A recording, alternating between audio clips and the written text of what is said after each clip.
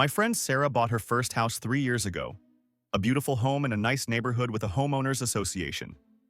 2 weeks after moving in, she got a violation notice. A $500 fine. Her trash can had been left on her driveway for 7 minutes longer than the allowed time. She thought it was a mistake. The HOA told her it was not. The HOA president had been sitting in his car with a stopwatch. He photographed her trash can every minute as proof. The rule stated trash cans must be returned within 4 hours of pickup. The truck came at 9 a.m. Sarah brought her can in at 1:07 p.m. The deadline was 1 p.m., 7 minutes late. Sarah explained she had been on the phone with the hospital about her mother's test results. She lost track of time. The HOA said rules exist for a reason. Making exceptions creates precedence. If they let her slide on 7 minutes, someone else would ask for 15, then 30, then chaos with trash cans everywhere. Sarah asked if they were serious. They were completely serious. She paid the $500. That was when she learned what HOA really stands for. Harassment over absurdities. These are the stories from the front lines of America's pettiest wars. When the Henderson family moved into Meadowbrook Estates, they were excited. Beautiful homes, good schools. The neighborhood had a homeowners association, but the realtor said it was reasonable, just basic rules. No big deal. That was a lie. The Hendersons moved in on Saturday. By Tuesday, they installed a new mailbox to replace the rusty one. They bought it at the local hardware store, black metal, classic design, matched every other mailbox on the street.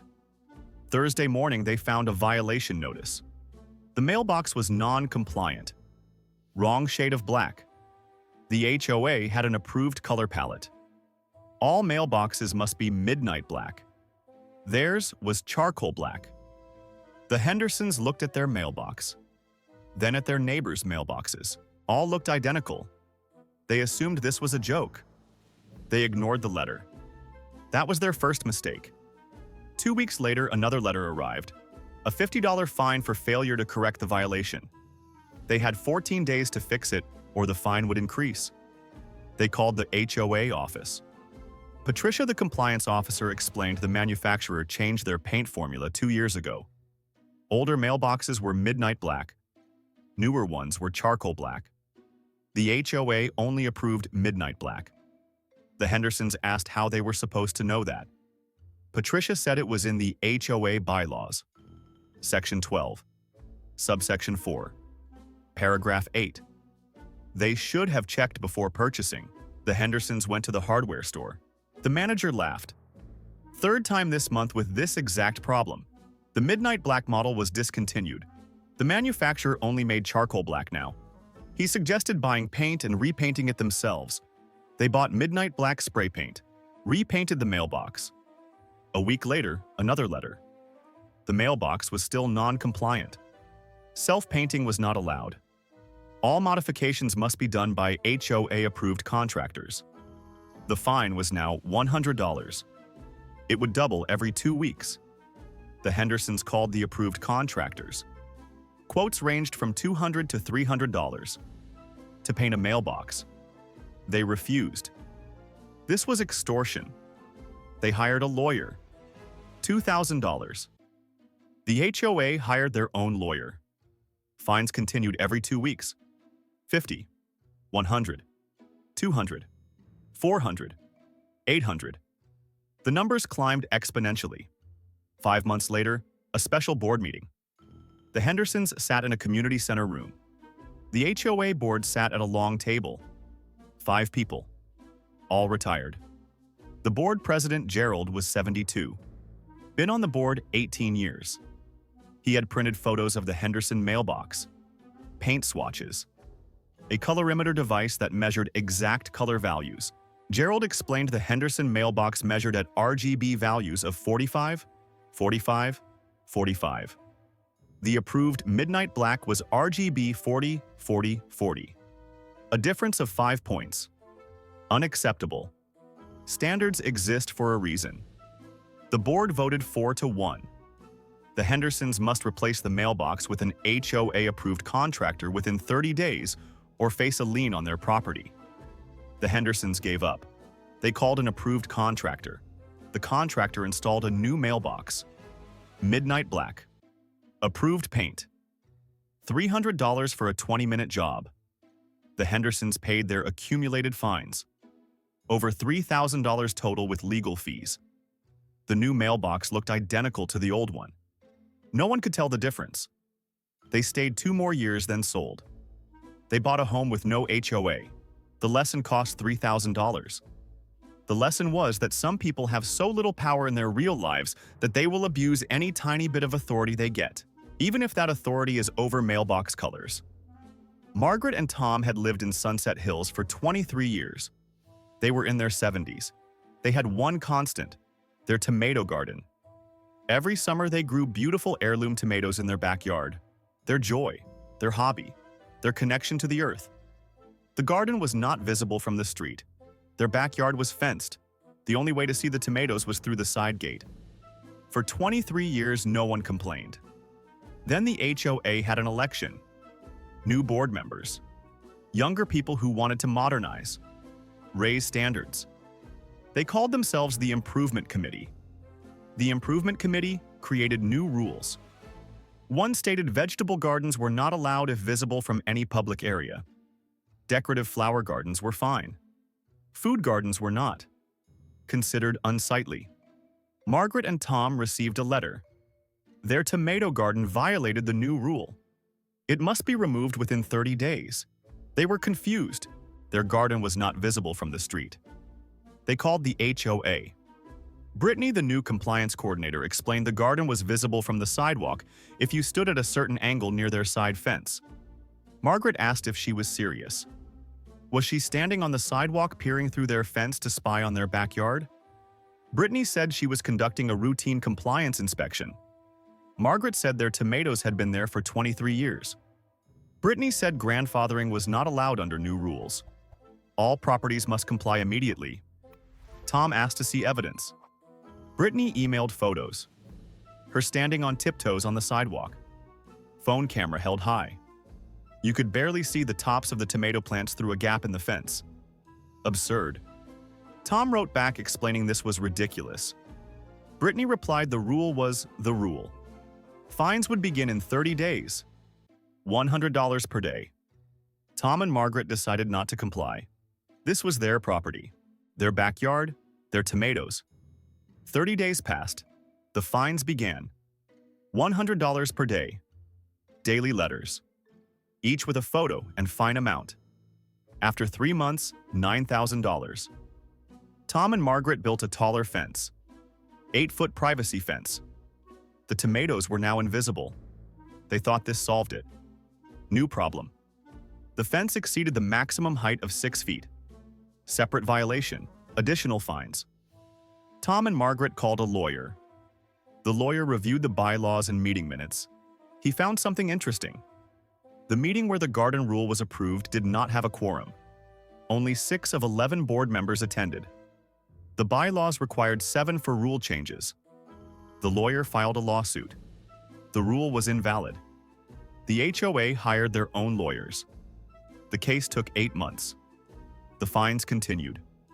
They reached $24,000. The HOA filed a lien. Threatened foreclosure. Tom and Margaret faced losing their home. Over tomatoes. Margaret developed high blood pressure. Tom had trouble sleeping. Finally, the court date. The judge agreed with Tom and Margaret's lawyer. The rule was passed without proper procedure. Invalid. All fines dismissed. They won. But the celebration was short. The legal battle cost $15,000. 8 months of stress. Relationships with neighbors destroyed. The neighborhood felt hostile. Tom and Margaret made a decision. They sold their house, moved to a community with no HOA. They could not live where people tried to take their home over vegetables. They took their tomato plants to their new house. The plants thrived. But Tom and Margaret never quite recovered from the emotional toll. After hearing Tom and Margaret's story, I started asking around. Everyone in an HOA had stories, some funny, some enraging. All revealed the same truth. Give someone tiny power and they will abuse it. Story 1. David lived next door to the HOA president.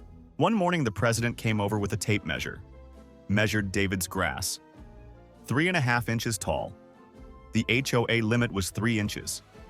The president wrote up a violation on the spot. David had to mow immediately or face a $50 fine. David pointed out grass grows. The president said then David should mow more frequently. Story 2. A family decorated for Christmas with blue and white lights. Winter Wonderland theme. The HOA sent a violation notice. Christmas lights must be traditional colors only: red, green, or white. Blue was not approved. The family argued white was approved and blue was close to white. The HOA said blue was blue. The family had to buy new lights. $200 replacing perfectly good lights. Story 3. A woman bought a yellow car. Bright, cheerful yellow. Her neighbor complained the car was an eyesore. Did not match the neighborhood aesthetic.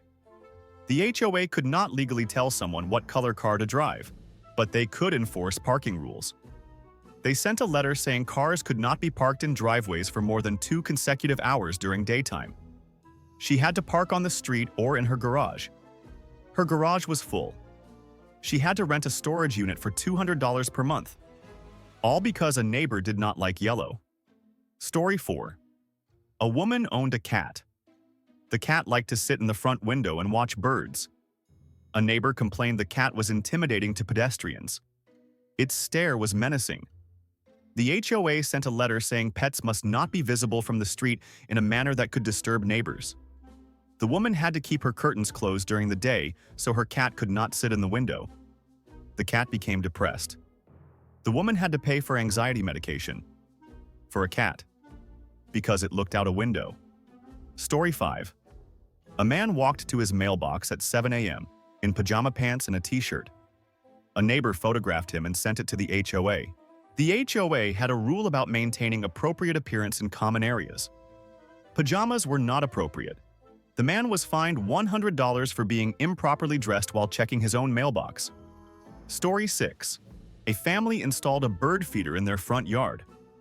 Their neighbor complained about bird noise and droppings. The HOA banned bird feeders in front yards. The family moved it to the backyard. The neighbor complained birds from the backyard were flying over into his yard. The HOA decided backyard feeders were allowed only if not visible from the street. The family had to move their feeder behind their shed where they could not see it from their windows. Story 7. A man painted his front door forest green from the HOA-approved palette. The HOA sent a violation. The paint was glossy. The approved paint was matte. The man argued the color was approved. The finish was not specified. The HOA said the original approval specified Benjamin Moore forest green in matte. Using glossy required separate approval. The man had to strip and repaint. $300 because of sheen. Story 8. 2 neighbors shared a property line with adjoining driveways. One claimed the other was parking 6 inches over the line. They hired a surveyor. $800. It showed 6 inches of encroachment. The second neighbor moved his spot. The first neighbor then claimed the trash cans were 2 inches over the line on the other side. Another surveyor. Another $800. The first neighbor installed cameras. The second claimed the cameras violated his privacy. Both hired lawyers. The dispute lasted 3 years. Legal fees exceeded $20,000 combined. All over inches of driveway space. After collecting these stories, I noticed a pattern.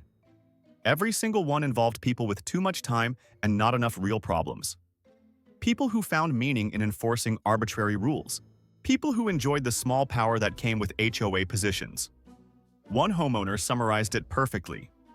HOAs attract 2 types of people. Those who want to protect property values and those who want power over neighbors. Unfortunately, the second group always ends up controlling the first group. Because reasonable people do not want to attend monthly board meetings and argue about mailbox colors. But petty tyrants have nothing but time. The saddest part is HOAs were created with good intentions. Maintain neighborhoods, preserve home values. But somewhere they became tools for control freaks to torture neighbors over insignificant details. The rules became more important than the people. and neighborhoods that should have been communities became battlegrounds where everyone watched everyone else waiting for a violation to report. I asked one former HOA president why he quit after 1 year. He got tired of being asked to police neighbors over nonsense. People would call him at night to report someone's garage door was open past 9 p.m., or someone's recycling bin was slightly visible, or someone's grass looked a different shade of green. He said life was too short to spend it measuring paint swatches and arguing about trash can placement. He sold his house and moved to a neighborhood with no HOA. He said it was the best decision he ever made.